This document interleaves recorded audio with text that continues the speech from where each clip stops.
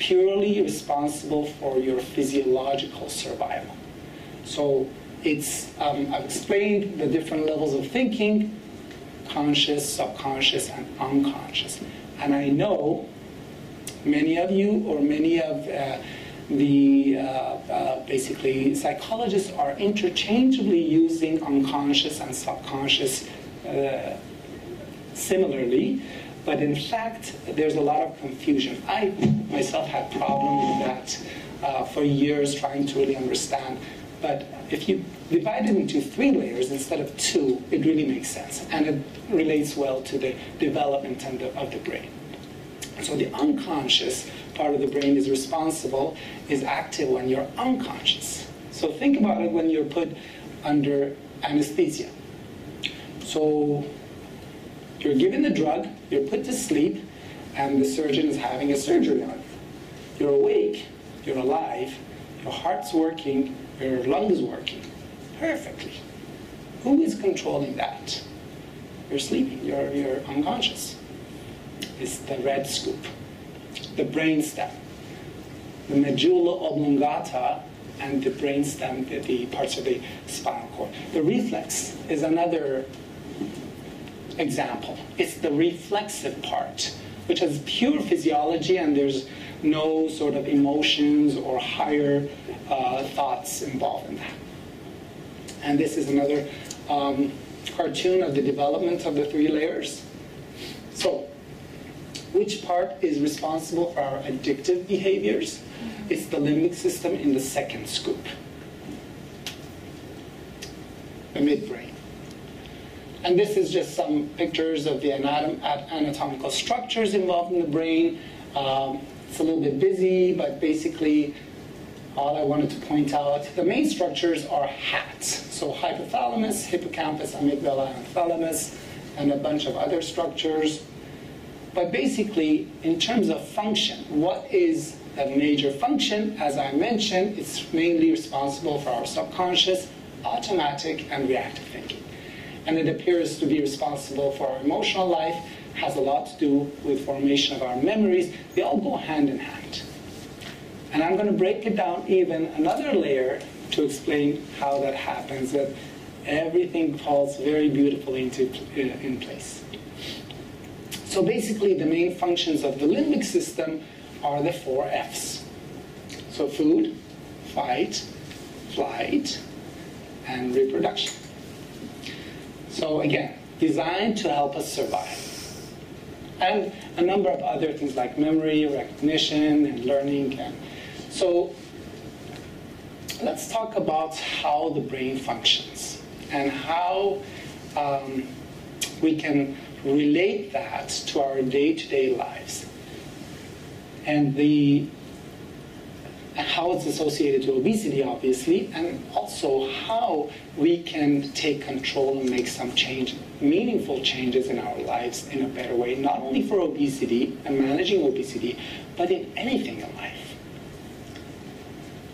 So the adult brain is about 3 pounds, and most of that being water, but it consumes 20% of the total energy. Very, very high energy expenditure. It has 100 billion neurons or nerve cells. 100 billion. What's even more fascinating, and what makes this 2-legged creature separate from the rest of the 30 million species living on this planet, is the way the brain is structured. And mainly it's the synapses, or the connections. There's 164 trillion ways that these nerve cells can talk to each other, which means there's a lot of possibilities. So this is the brain neuronal network, and BNN. This has revolutionized my own life. When I understood this, my life changed, because it applies to everything. So these are the cells, the nerves, the neurons, and they talk to each other, right? These are the connections or synapses that I mentioned. So the way they exchange information, so how do they talk to each other? I'm talking to you, I'm communicating with you right now in English language. So you understand what I'm saying. How does one nerve understand what the other nerve is saying? You may know that we've been taught in medical school that it's the electrochemical exchange of information from one nerve to the other. So that means it's exchange of electrons, like electricity, from the one part to the other part of one neuron, and between the neurons is chemical exchange. So the neurotransmitters, the chemicals, pass from one nerve to the other, from one nerve to the other one. These chemicals, called neurotransmitters, are stored and they're released. They pass on information. So what happens is, if this is the headquarters or the nucleus of the nerve cell, these are little receivers sitting on the neuron. They receive the information, they process it in the nucleus, and they transmit the information through the axon to the next one. Input, evaluation center, output, like a computer. And through the synapse or synapse, like I said, is the chemicals. There's many different neurotransmitters. So how does a nerve know which transmitter to release, or a neurotransmitter to release? That works with the structural component of the receivers. It acts like a key and a lock. So if there's a certain key, or if there's a certain lock, for example, sitting on the cell, there's a number of neurotransmitters released, but only one or two of them are the lock that match this. So if it sits on it, it unlocks the key and sends the signal again to the next one. So this is what we were taught in school, electrochemical. But now, new things are coming out. Another fascinating thing is that there's the magnetic field that can affect nerves. And that opens a whole world. Basically, we're beginning to understand how our brain and how our thoughts, we are communicating distance, remotely. We're beginning to understand the science of telepathy and karma and the vibes, what we call gut feeling. Somebody comes in, says, ooh, here's a negative vibe. What does that mean? So the magnetic field is, we're just beginning to explore and understand those more. So what happens when you process information, when you experience something? Anybody here play music? Yeah. Any pianists here? There we go. So, what's your name? Phyllis. Phyllis. Do you remember the first day that you were learning piano? Maybe, maybe not. A long time ago. Long time. So, okay, think about it. It's your first day that you're learning the piano. Okay, your teacher tells do, re, mi, fa, sol, la, right? Every time you press on the do key, there's a certain sound. Do, do, do, do, right?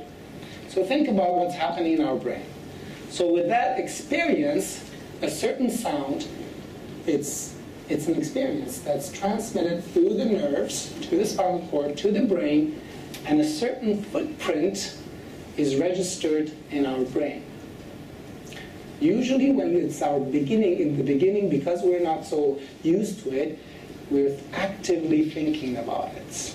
We're using the conscious part of the brain. Until we become used to it later on, like driving, after a while you get used to it, I bet you don't think about where to put your next finger now when you're playing piano. Exactly. Why? Because you know it. It's automatic. It's subconscious. So what's happening is that there's a fingerprint, or there's a footprint registered in the brain. With every copy, with every experience, a copy goes to your memory. So when you solidify it and repeat it, play piano 4 hours a day, what happens is that these get solidified, and certain patterns, sophisticated patterns, bond and develop very solid bonds between those synapses that I was mentioning, They are not hardware, they're softwared, so they become strong. And a copy goes to your second layer. So basically, you start off with your third layer, or the green scoop, but with practice, you master it. And you start using your second part, because it's in your memory. And the circuits become much faster, you don't think about it anymore. Similarly, when you're riding a bicycle. Similarly, when you're driving, with anything else in life. So that's just how the brain works. So why is that important? And what does this have to do with obesity, by the way? Am I getting distracted? Well, not really. It has a lot to do, because what we can do, we can actually, if we understand this, we can undo certain patterns. So if we have developed a bad habit, if we have become addicted, so this same pattern works for positive things and negative things in life. So if you master music, you get you become an expert in music, you become a good pianist, but similar mechanism works when you take drugs every time you get distressed, when you binge eating. So you develop certain patterns of response to certain experiences. And in the case of food addictions and any other addictions, there are certain neuronal pathways in the brain that are activated, mainly the dopaminergic ones. There are several neurotransmitters involved, but mainly it's the dopamine one. And these are some of the pathways. The blue line is the dopamine ones. Excuse me. These are some of the centers. I'll just name a couple of them. The nucleus accumbens and the VTA, or ventral tegmental area. These are the main pleasure areas in the limbic system that are associated. So every time you're distressed, you may respond to it. And what happens when you take drugs or when you go drink alcohol if you're distressed? Two things happen. You forget about that temporarily, about the distress. And by the way, you feel good. Right? So two things, running away from the negative distress and now hanging on to something positive and pleasurable, that's very good. So it really sticks in your brain. Problem is, it's only for short term. And as soon as the effect wears off, there's the withdrawal. Now, it's a whole other, I'm not going to get into it, but there's a whole mechanism of how addictions actually become stronger, and the limbic system responds to that. Then you're going to need more and more and more. So it's really related of how the brain is functioning. So what happens is that we usually respond in certain ways when we're distressed. If you have a negative feeling, some people respond to that in a negative way, some people respond in a positive way. So most people take, unfortunately, negative actions. So if you break it down into destructive and constructive actions, or it could be destructive and constructive thoughts, that's a reaction to a certain distress or stimulus that happens externally. So if somebody swears at me, or internally, it may be just a bad memory that I happen to remember. That's a stimulus that turns on that signal. So most people, unfortunately, develop destructive coping mechanisms: alcohol, drugs, binge eating, gambling, pornography, etc. Name it. But there are other ways that you can constructively react to that. Some people exercise when they get distressed. Some people read. Some people journal. I usually journal. I play guitar. So I used to play guitar whenever I was distressed, and later on, for some reason, I don't remember exactly when, but I started journaling. So what I do when I get distressed, oftentimes, I try to, first of all, not respond immediately. I get emotional, I get angry, I want to do something bad. But the other part of my brain says, this is not the right time to make any decision. Just wait. So When I wait long enough, then I go down and I'm still angry, I'm still upset. So I write it down on the piece of paper. I write my feelings down. Why am I angry? Why am I upset? So I'm doing self-cognitive behavioral therapy, right? And in this process, in this process, number one, first of all, I start feeling better as soon as I do that. And I try to understand myself. And by the way, it's a self-reflection that I start to really learn more and more about myself when I do this. So one of the things that we recommend, and I assume that you, in CBT, many of you may be using, is to substitute a negative defense mechanism with a positive one as well, because the person needs some sort of defense mechanism. I mean, we are always exposed to stress. We cannot avoid it. We have to respond to it. So the way we respond to that, as Adler mentions, right? And you have it on the poster on BCACC. It's the way we respond to experiences and situations that determines who we are. So, but think about it. Why do some people respond negatively and others respond positively? Why do you think that is? Different levels of resiliency. Yes, but why?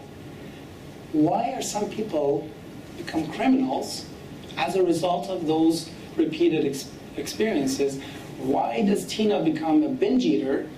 Why does another person become a writer as a result of pain? Why does somebody become a boxer, a champion, as a result of those pain?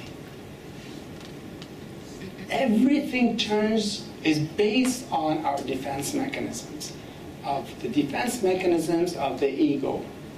Depending on which mechanisms we use, starting from day one of life, and strengthening those defense mechanisms, remember the BNN?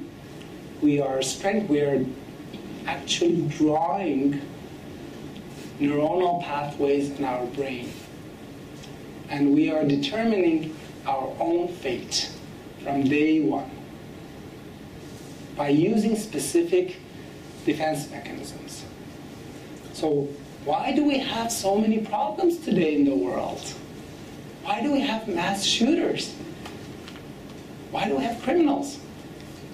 Why do we have so much depression, so much anxiety? One of the problems is that the more destructive, the younger we are,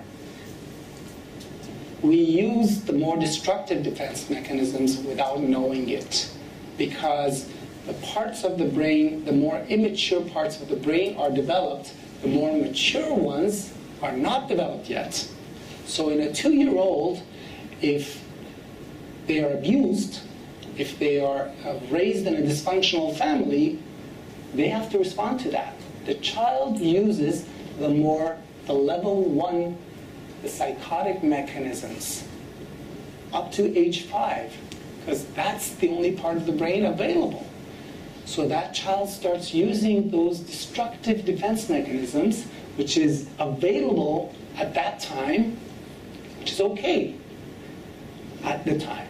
But the problem is if it's a chronic situation, a recurrent situation, and that child is always exposed to fear and abuse, and responds to that negatively, starts building the BNN in a negative way. For example, denial is a good example. So what happens if you scare a child? You scare the child. Oftentimes, you see the child cover their face, right? Why are they doing this? They are denying the existence of a threat. So that stimulus of fear is perceived as a threat. What the child doesn't know, but the subconscious part of the brain knows. Is already using denial of external reality as a defense mechanism to get away from that, to react to that. And if a child is born in a very dysfunctional family and repeated exposures solidifies those immature defense mechanisms, and one of the reasons, not all, but one of the reasons of schizophrenia is this concept. So seen also in psychosis. The same defense mechanisms, so they are delusional. They start making false beliefs. They start creating things, fantasizing things. That's what children do. They fantasize as a way to either be creative. It could be in a positive way, but it could be also in a negative way. So one of the things that schizophrenic patients do, they are delusional. They're psychotic. They create things in their mind that doesn't exist. They create stories, but in their mind, it's real. It's absolutely real. You will see their reactions when they're talking about certain things, and you say, like, what are you talking about? Oh, don't you see that police cop chasing me? And it's fearful. It's real for that person. So George Vaillant, Professor George Vaillant from Harvard University, he did a very, very beautiful job, elegant job in putting these and categorizing all the different defense mechanisms that are known today, which there's over 40 of them today, in 4 categories. In the 1980s, he basically wrote a book describing all this. And so level 1 is the least mature, level 4 is the most mature. So as you are going up, basically, the level 4 ones are used more by the mature parts of the brain. That's the 3rd scoop. The other ones are mostly used by the subconscious mind. Okay? And I am brutally oversimplifying this whole mechanisms. Just be aware of that. So, some of the things. So what happened, for example, in Tina? So level 2, one of the defense mechanisms is acting out. You get angry, you go out and break a window. You feel relieved. It's called acting out. You get in a fight with somebody. Another way is binge eating. Binge eating is a way of acting out again. For example, level 3, displacement. Level 3 is neurotic mechanisms seen in everyone, in most healthy people, right? Displacement is a good example, and I use this often. You get in a fight with your partner or with your friend, you go home, your dog comes to show some love, you kick your dog. So you're displacing your anger and frustration from one place to your dog. The more common ones, the healthier ones are the level 4 ones, sublimation. So sublimation, as many of you know, is the turning, the prototype is the boxing champion, for example. Many great people, many scientists, many artists. What they do, basically, they're turning their negative experiences into a positive one, which is socially acceptable, and they practice it and practice it. That boxer, every time he gets the stress, goes in the ring and starts practicing, showing their anger to the... So, ultimately what happens is that that person masters it and turns into a champion. Maybe not intentionally, but they get good at it. So that's the critical importance and significance of understanding these defense mechanisms. That doesn't just apply to obesity, but it applies to our day-to-day life. So, like I said, it's important to understand, to stop those negative patterns that are developing at early age. That's why one of my sort of key areas of interest is, 2 areas. I'm focusing on public education, specifically on 2 areas. One is obesity, and specifically childhood obesity, because it's the source of many other chronic diseases biologically. and also early childhood development. The first 5 years of your life. That's when you can determine the fate and the destiny of your child. So if we educate the parents, pregnant parents, and in fact the stimuli, as many of you may know, doesn't start after birth. It starts before that. And there's a lot of science and evidence on these things. That, so what we want to target is pregnant parents until their children reaches the age of 5. To give them the tools, give them the knowledge to be aware and help shape their child's brain, because they're shaping their child's destiny and future. So in summary, obesity is a multifactorial chronic disease. It increases all-cause mortality, and we talked about the TFA triangle, we talked about the BNN, which is very, very core. We talked about the defense mechanisms. And so if I wanted to leave you with a couple take-home messages, one is to teach maybe our children to think consciously, to start thinking more and more our third layer of the brain. The only way we can develop it is by using it.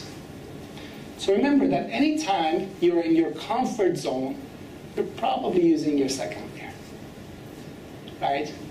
You're playing the piano, it's easy, and talking. You're driving and then you're talking to your partner, you're thinking about your bill. Oh, what was my schedule? Oh, I have a talk tonight, yeah. Well, what about the road?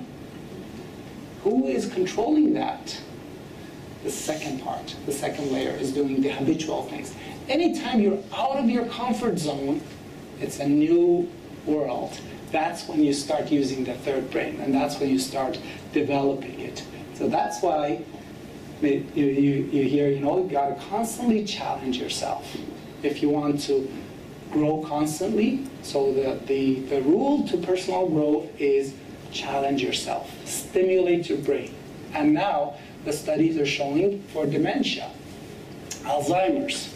One of the ways, consistently studies are showing that dementia and Alzheimer's are lower in highly educated people. One reason is they've been constantly challenging and using the brain. So one of the things we tell our patients, especially the elderly, is find something new to challenge. Go dancing. Do what you wouldn't dare do regularly. Start a new journey, a new chapter in your life. Challenge yourself. Because what you're doing, you're forcing your brain to develop new networks, new branches, new neurons, new patterns. And because of that, you're growing and you're becoming stronger. So it's an ongoing thing. It's not only for the young age. It's from day one to the last day of life. The other message is, so if you have clients that you're dealing with, especially when it comes to any addictive patterns and behaviors, you need to give them some tools to be able to replace their negative defense mechanism. Otherwise, you can't just say, well, quit smoking. Thanks. And I hear this all the time. Patients come to me as, I'm frustrated with my own family doctor. Well, why? Because, just tell me, go eat properly and exercise more and you'll lose weight. Duh, as if I don't know that. But I can't.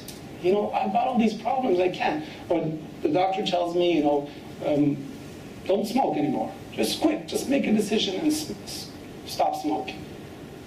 Well, I know it's bad, but I can't stop. I need help.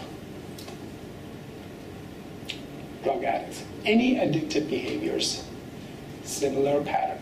So you see, it's like a fundamental principle. So if we understand the fundamental principles of humanity, we can take humanity to the next level. Sailing boats. has been around for what, 5,000 years. But it wasn't until Archimedes, I think it was 212 BC or AD, if I'm not mistaken, discovered the physical fundamentals that navigation was taken to the next level. Similarly, flights. We take planes every day today, but it was because of a Swiss scientist, Bernoulli, who discovered the principal laws of Bernoulli that aircraft and aerodynamics, air navigation was taken to the next level. Because of that, today we're going to the moon back and forth. We're going to outer space. So if we understand the principles, the fundamental principles of why things are happening in a scientific and truthful way, not voodoo medicine, not magic, then everything changes. It's like a tree. I always use this tree as well, and I don't have the slide here, but I'm talking about obesity and the source of many other problems, and early childhood developments leading to many other mental disorders. It's like a rotten tree. So what we're doing in the healthcare system today is it's a tree with a lot of rotten fruits. What we're dealing with the fruits themselves. We're trying to fix those fruits. Diabetes, heart failure, cancer. We physicians are part of the system, but it's really the system. We can't blame anyone. It's the system that is flawed because we're dealing with the rotten fruits alone. Where we need to address is the roots of the problem, and the rotting is in the root of the tree. It's in the trunk of the tree. It's where we don't see it. It's not obvious. It's under the ground. So if we can't reach under the ground, at least we can address at the trunk level, at the stem level. We are putting all our resources on the fruits. We're not going to get anywhere with that because there's only going to be more and more and more fruits. Welcome to the baby boomers with the aging population. If we have 5 times more, as many physicians and healthcare providers and psychologists, and we will not be able to catch up with the growing population's demand of illnesses until we change our vision and start looking at things differently, change our culture. That's what the third vision is all about. Thank you, and I'm open to any questions.